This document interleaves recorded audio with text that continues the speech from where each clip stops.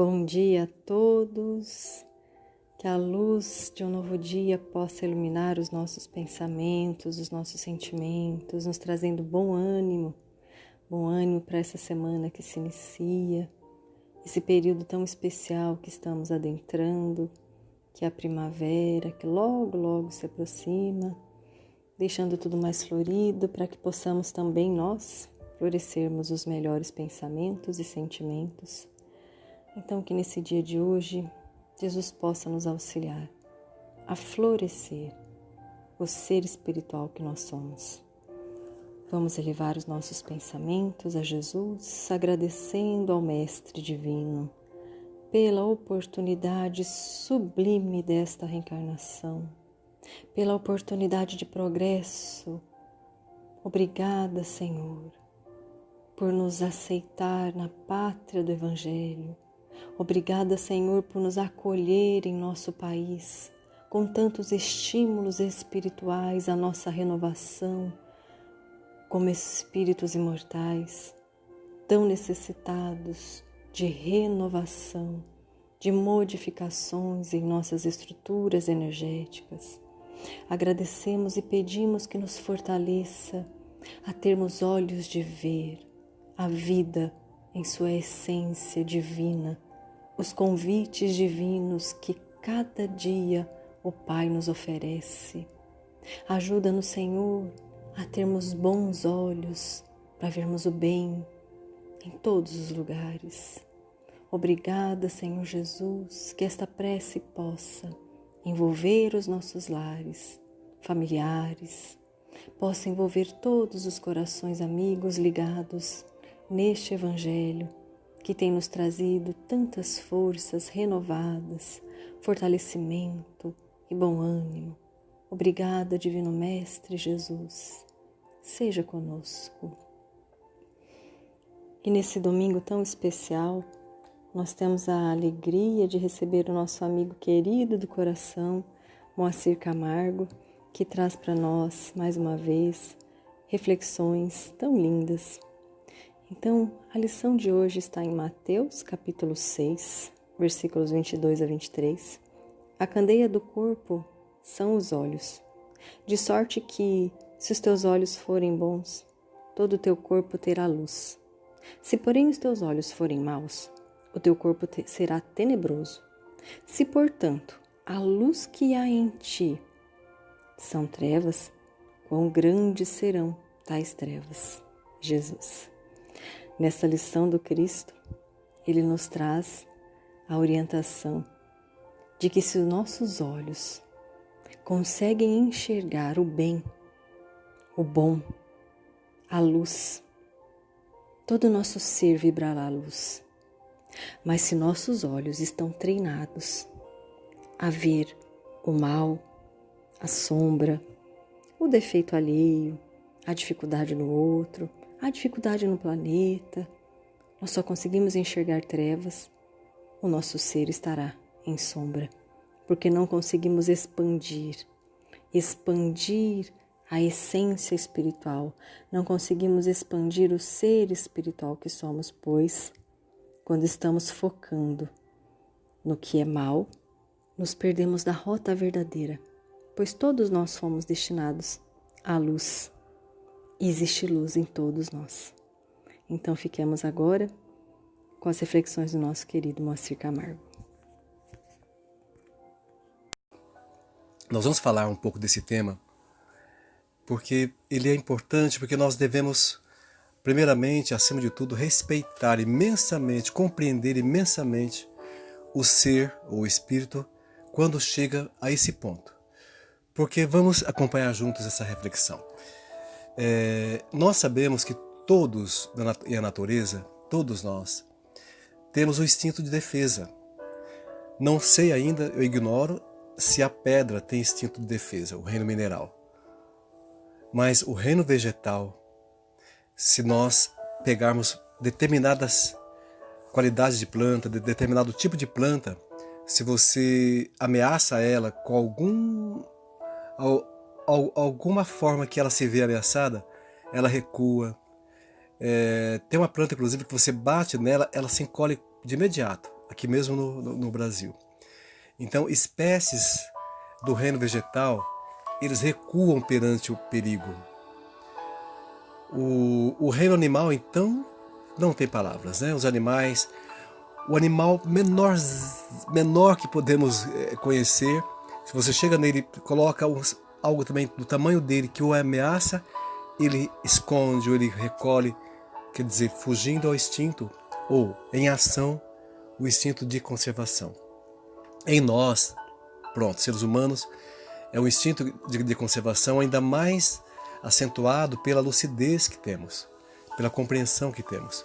Então, quando o espírito encarnado, uma irmã ou um irmão, chega a optar por cessar a sua vida, ele está ignorando todo esse instinto que veio desde o reino vegetal. Então, olha como é uma situação difícil para ele, que não é fácil, nós temos que compreender e respeitar, né? E outra coisa, ele, nesse tempo que ele está, nesse momento que ele nada de amizade ou de relacionamento o sustenta também. Pai, mãe, parente, amigo, colega de trabalho, ninguém tem força sobre o aspecto da vida desse ser. É como se o seu pensamento fosse preenchido tanto, e pensamento e sentimentos naturalmente, preenchidos de tanta coisa, mas de um volume tão grande da dor e do que ele for armazenando, não importa que a causa, né, mas analisando o descuido que ele teve para com ele mesmo, e esse descuido, ele não se vê mais, é como se fosse obstruído, como uma esponja que vai pegando tudo que está negativo e pesado e denso. Quando ele quis reagir, ele não tinha mais força, não teve mais força. E por falta dessa força, que começa a anular todo o seu brilho, toda a sua lucidez, toda a sua esperança, então ele passa a viver exatamente dentro dessa redoma. Aí para ele, cessar a vida para ele é um nada. E quando alguém, é muito interessante a questão do suicida, porque quando alguém o tira daquela situação, e que não foi por conta própria dele, e que ele foi tirado às pressas, mas não teve uma continuação do trabalho de retirar ele do campo, daquela área mental, daquela zona perigosa que ele estava, desobstruindo e fazendo com que ideias novas possam fazer parte da sua vida. Quando não é feito isso com ele, via de regra, o pretenso a suicida, ele não cometeu o ato suicídio, de suicidar-se, mas ele vive como suicida.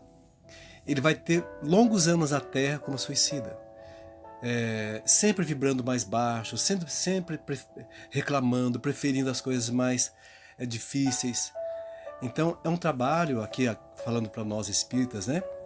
É um trabalho de enxergar onde está o espírito, o universo que ele está. Me lembro agora do filme Amor Além da Vida, quando o ator, né, o personagem vai buscar o ser amado, né, que é a amada dele, que está aterrada no mundo difícil, e ele tem que ter muito cuidado, porque senão ele fica lá, né? É engraçado a cena do filme. Ele é aconselhado, fala, você vai lá, mas você toma cuidado, porque é um mundo tão denso que você pode ficar lá no mundo dela. Então, é preciso todo um cuidado para ir retirando esse ser no campo das ideias, das reflexões, do raciocínio dele, para poder ajudá-lo. E nós sabemos que muitas vezes isso é a falta do Evangelho, é a falta do Cristo na nossa vida, que nos chega a esse ponto tão deprimente. Eu vou ler aqui um trecho do Evangelho, o Cristo Consolador, que é o capítulo 6, no número item, que é o jugo leve. Diz assim, Jesus fala assim, olha, vinde a mim, todos vós que estáis aflitos e sobrecarregados, que eu vos aliviarei. Tomai sobre vós o meu jugo e aprendei comigo, que sou brando e humilde de coração, e achareis repouso para vossas almas. pois é suave o meu jugo e leve o meu fardo.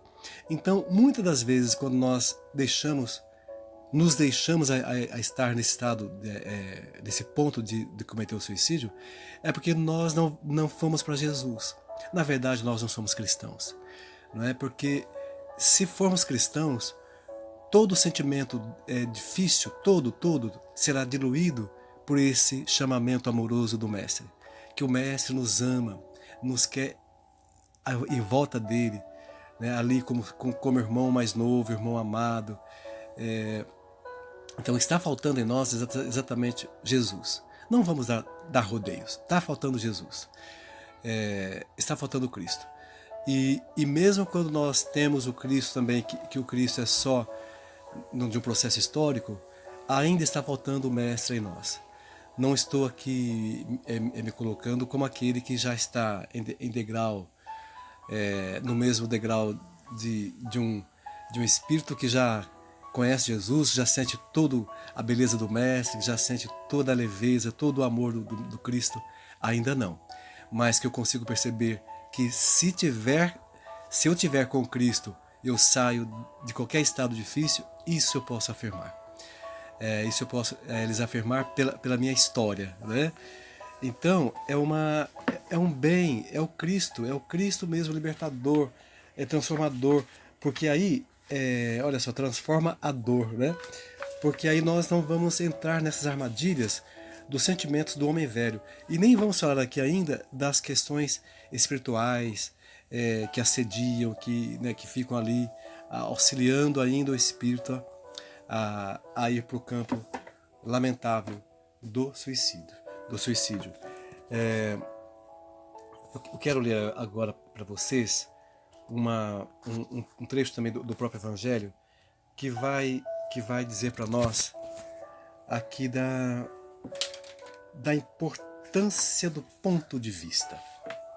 Porque tudo isso, meus queridos, a nossa queda, a nossa ruína, ela se dá exatamente pelo ponto de vista, pela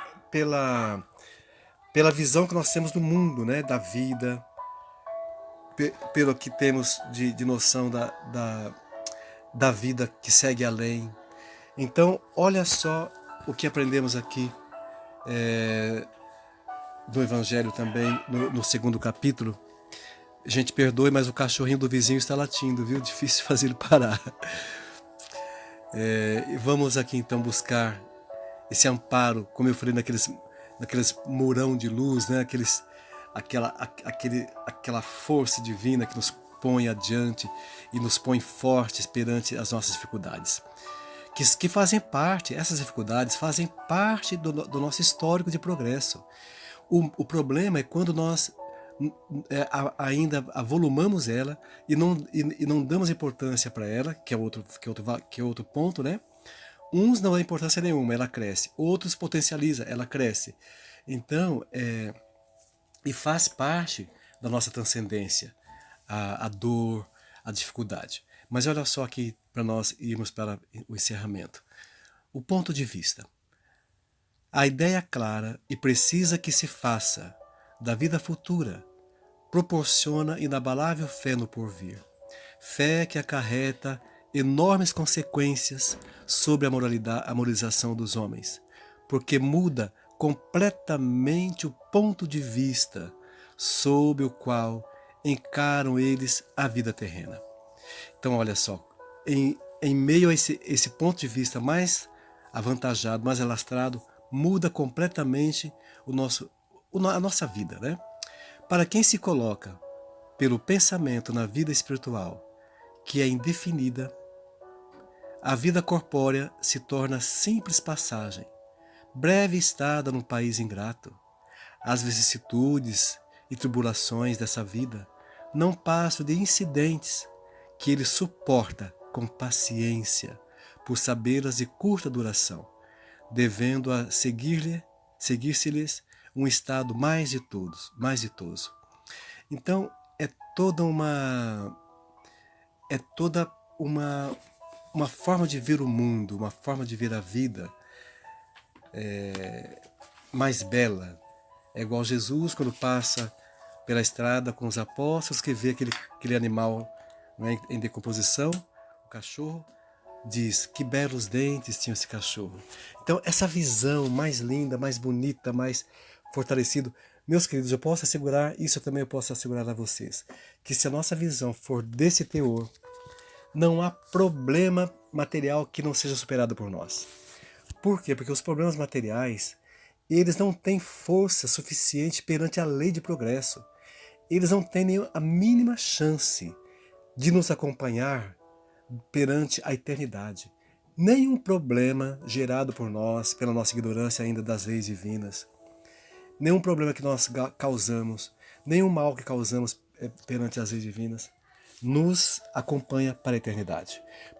Ele pode sim nos acompanhar em 2, 3, 10, 100 encarnações, mas a eternidade não. A eternidade nos pertence e é para o alto e para a luz que estamos indo. Então não tem como dar tanto valor, darmos tanta atenção a um problema moral nosso, a um problema psicológico, a um problema social. Não podemos dar imensa atenção para eles. E sim focarmos as regiões mais altas, o estudo, o conhecimento, porque isso é libertador. Se não nos liberta agora, mas nos fortalece para nos libertarmos amanhã, não é? Então é a nossa sintonia é tudo também. Que nós possamos termos essas bênçãos do Cristo sempre a nos auxiliar, nos colocando em padrão mais alto, a razão mais iluminada e o sentimento mais harmonizado com o nosso Pai Celeste, Criador querido, e com Jesus e tantas almas nobres que acompanham amorosamente o nosso progresso, a nossa encarnação na Terra. É isto, um forte abraço a todos e até o nosso próximo Evangelho. Até!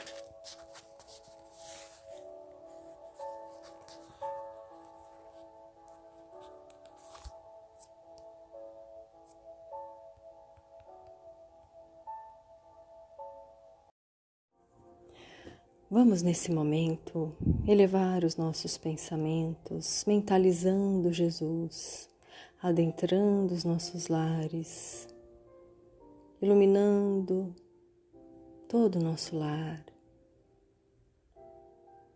dissolvendo as energias enfermas que nós projetamos ao longo da semana por nossa invigilância, pensamentos enfermos, rusgas domésticas, que nós possamos sentir a luz do Cristo iluminar tudo, todos os que estão conosco em nossos lares, encarnados e desencarnados, e sintamos Jesus se aproximando de nós, iluminando a nossa casa mental. Vamos sentindo a harmonia espiritual, vamos sentindo a luz em nossos corações se expandindo, aquecendo, crescendo. Que essa luz possa nos trazer fé, esperança, harmonia, pacificação, para que possamos bem aproveitar as oportunidades divinas, os espíritos que estão conosco nessa convivência mais próxima em nossa família, e possamos compreender no outro a referência energética que necessitamos para nosso processo educativo espiritual.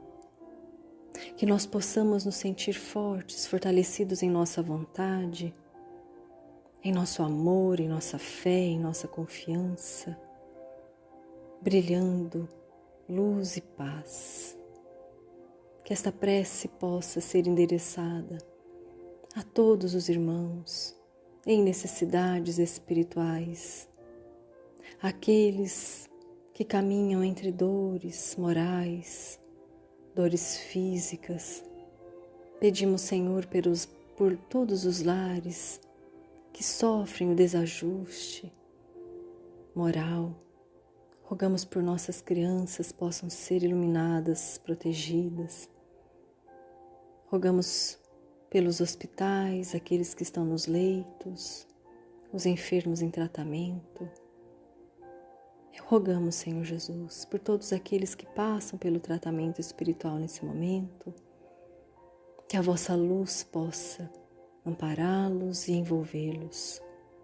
Mestre amigo, Divino Senhor, seareiros do bem, espíritos luminosos, querido Eurípides, que a luz do amor possa envolver todos os lares reunidos nesse momento em prece e que possamos vencer as nossas chagas e mazelas interiores para que possamos fazer vibrar mais luz, mais paz, mais esperança, hoje e sempre. Pai nosso que estais no céu, santificado seja o vosso nome, venha a nós o vosso reino, seja feita a vossa vontade, assim na terra como nos céus. O pão nosso de cada dia dai-nos hoje, perdoai, Senhor, as nossas dívidas, assim como perdoamos aos nossos devedores, e não nos deixeis cairmos em tentação, mas livrai-nos de todo mal. Que assim seja. Que Jesus possa nos abençoar e fortalecer. Rogamos a Jesus possa envolver o nosso querido Moacir nas vibrações do amor, da proteção, das bênçãos divinas, que ele receba as vibrações da nossa gratidão por mais esse evangelho tão lindo. Obrigada a todos os amigos da Fraternidade Espírita, Eurípides Barçanufo, nosso grande abraço.